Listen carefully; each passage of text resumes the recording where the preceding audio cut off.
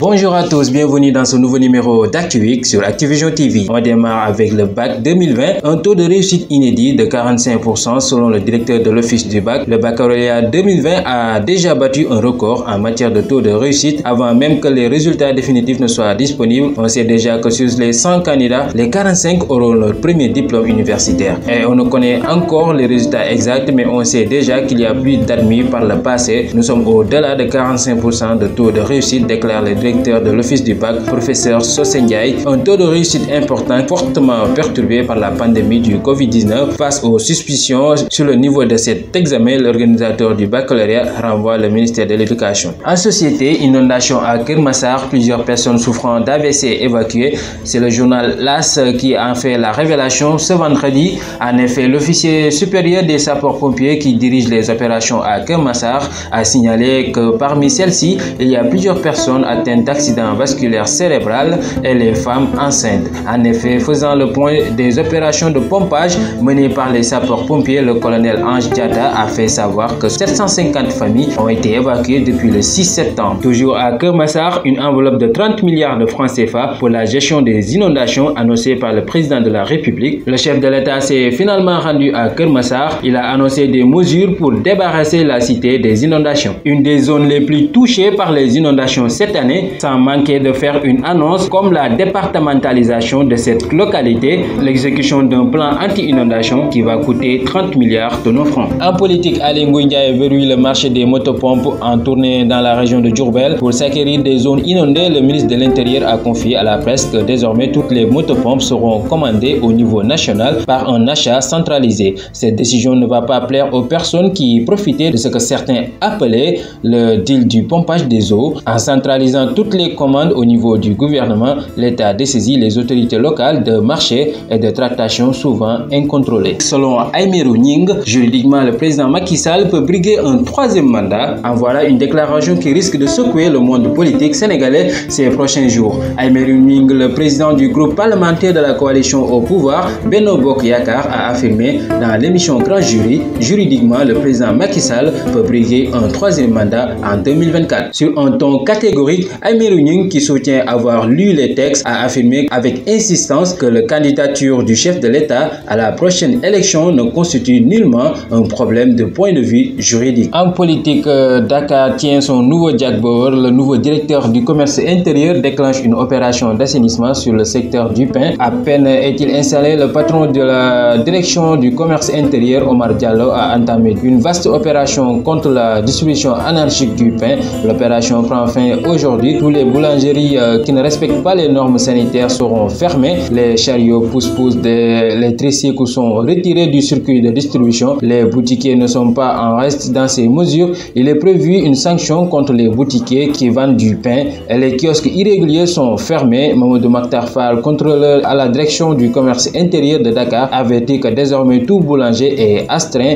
à une déclaration obligatoire. Les travaux du grand projet de l'usine de dessalement de l'eau de mer ont été lancés par le ministre de l'Hydraulique Serigne Mbaye Thiam et l'ambassadeur du Japon au Sénégal. Ce projet est destiné à résorber le déficit en eau potable de la capitale, dont la poussée démographique devient un souci pour la fourniture d'eau. D'un coût de 137 milliards, le projet permettra de fournir de l'eau potable aux communes et quartiers qui se situent entre Ouakam et la Padoue sur un linéaire de 10 km de réseau hydraulique. En économie, recul de l'activité, déficit immense, 2568 milliards déjà dépensés. C'est tendu pour l'économie et les finances. Quant aux dépenses, elles sont établies à 2568,9 milliards contre 2098 milliards durant la même période de l'année dernière, soit une hausse de 22,5%, ce qui révèle un déficit de 1035,6 milliards en fin juillet 2020 contre 609,2 milliards en juillet 2019. La masse salariale au terme de la période est à 478,7 milliards et c'est dans ce contexte que le chef de l'État compte renouer avec les tournées économiques dans le bassin bassins arachidiers, Fatick, Kaolack et Kaffrine. Durant cette période où tous les espoirs de croissance reposent entre les mains des paysans, cette tournée réussira-t-elle à galvaniser les troupes et à faire repartir la machine à temps? En tout cas, des risques réels de récession planent sur le pays. Gestion des inondations, l'Assemblée nationale annonce que son bureau est convoqué pour examiner, conformément aux dispositions de l'article 49 du règlement intérieur, les modalités de la mise en œuvre d'une mission d'information représentative de toutes les sensibilités de l'Assemblée nationale, majorité, opposition, non inscrits. Pour rappel, beaucoup d'interrogations ont été portées sur l'utilisation de 767 milliards de francs CFA du plan décennal de lutte contre les inondations. Le député Ousmane Sonko, pour sa part, avait déclaré mercredi que la meilleure manière d'enterrer une affaire, c'est d'ouvrir une enquête parlementaire. En justice, les péripéties de l'audition du juge Téliko face aux inspecteurs de la justice, nos confrères de Libération ont révélé les coulisses de cette audition inédite.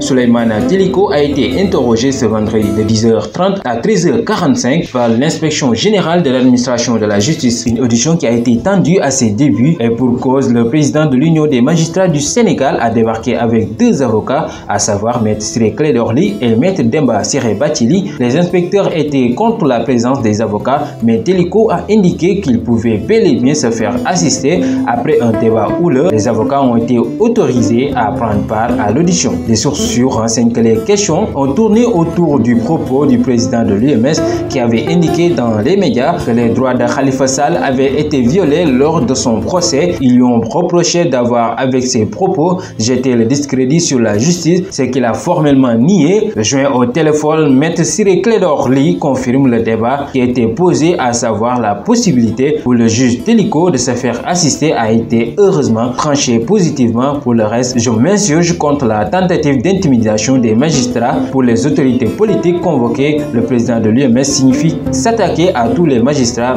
pris individuellement. En santé, tendance baissière de la pandémie du Covid-19 au Sénégal. Pour le professeur Souleymane Mboup, la baisse s'explique par un taux de circulation faible du virus dans la population avec un taux d'anticorps très élevé, voire une immunité de groupe. C'est dans le cadre normal de l'évolution des épidémies qui connaissent différentes phases allant de temps de latence à la décroissance. Constatant cette décrue, le professeur Mboup affirme que le pic a été rapidement atteint au Sénégal et que ça correspond à ce qu'avait révélé la modélisation faite au niveau de l'IRSF.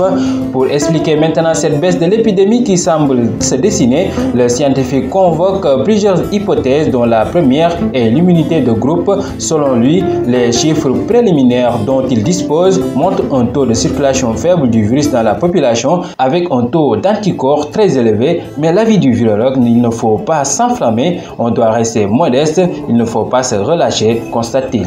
Gorgui Sy Dieng a été décoré de la plus prestigieuse médaille sénégalaise, une distinction bien méritée pour Gorgui Sy Dieng. Le pivot de l'équipe nationale de basket du Sénégal a été élevé ce vendredi au rang de chevalier de l'ordre national du Lion. Le sociétaire de Memphis a reçu sa médaille qui est décernée par le chef de l'État du Sénégal, Macky Sall. Elle récompense l'ensemble des œuvres caritatives du pivot qui évolue en NBA depuis 2013. Sur son compte Instagram, Gorgui Sy Dieng a exprimé sa fierté. Depuis quelques années, l'international sénégalais se distingue dans le social. Récemment, il a financé la réfection de 3 maternités dans les îles du Saloum. C'était tout pour ce numéro d'ActuWeek, le round-up des actualités phares de la semaine. Je vous donne rendez-vous à la prochaine. D'ici là, n'oubliez pas de vous abonner sur notre chaîne YouTube Activision TV et à nous suivre sur notre site internet www.